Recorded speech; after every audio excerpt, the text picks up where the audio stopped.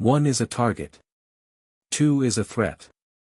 That's not an opinion, it's math. Animals in the wild have been running this calculation for millions of years. Every predator that has ever hunted has had to answer one question before it moves: is this worth the risk? And the single biggest factor isn't how big you are or how loud you are. It's how many of you there are. Picture a man walking alone. No one beside him. No one behind him. Just him, and the silence. From far away, a lion lifts its head. It doesn't see a person. It sees a variable to solve. One target. One set of eyes to avoid. One pair of legs that can be outrun. The odds look good. This isn't a guess. Researchers in Botswana tested it by playing recorded human voices to wild lions. Sometimes it was one voice speaking.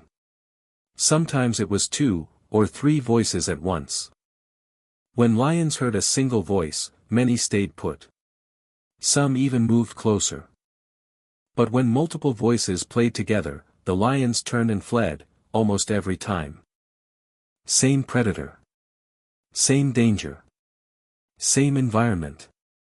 Only one thing changed: the number of people. And that single change completely flipped the outcome. This isn't just true for lions. Wolves size up a herd and almost always target the one that's separated from the group. Hyenas do it. Sharks do it. Even chimpanzees wait for one individual to fall behind before making a move. Isolation isn't just inconvenient in the wild. It's an invitation. Now picture the exact same trail. The same lion. But this time, 2 people are walking it together. The lion lifts its head again. But the calculation is different now. 2 sets of eyes mean there's less chance of a surprise attack. 2 bodies mean any fight becomes far more expensive. A lone lion can drag down 1 person. It cannot afford a serious fight with 2. Out here, even a small injury can mean starvation. So instead of closing the distance, the lion turns, and quietly disappears. Those 2 people didn't just double their strength. They multiplied it. This is why prey animals herd together. Why fish swim in schools. Why birds fly in tightly packed flocks. It's not about hiding. It's about making the predator spend more energy and take more risk than the reward is worth. Humans evolved with this same logic long before we ever studied a single lion. Our ancestors who wandered off alone didn't pass on their genes as often as the ones who stayed close to the group. That's why walking alone at night feels different in your body. Your instincts remember what your conscious mind has forgotten.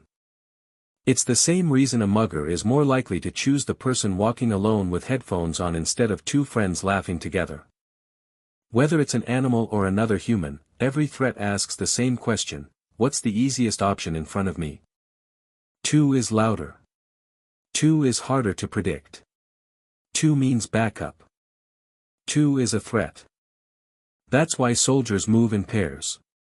Why hikers are told never to hike alone. Why coworkers often walk each other to their cars after dark. It's not fear talking. It's millions of years of evolutionary math still running quietly in the background. Nature never had to teach this lesson twice. The ones who ignored it simply didn't survive long enough to pass it on. So the next time you choose to walk with someone instead of alone, remember, you're not just being social. You're doing exactly what millions of years of evolution trained every surviving creature to do. 1 is a target. 2 is a threat. That's not weakness talking. That's survival.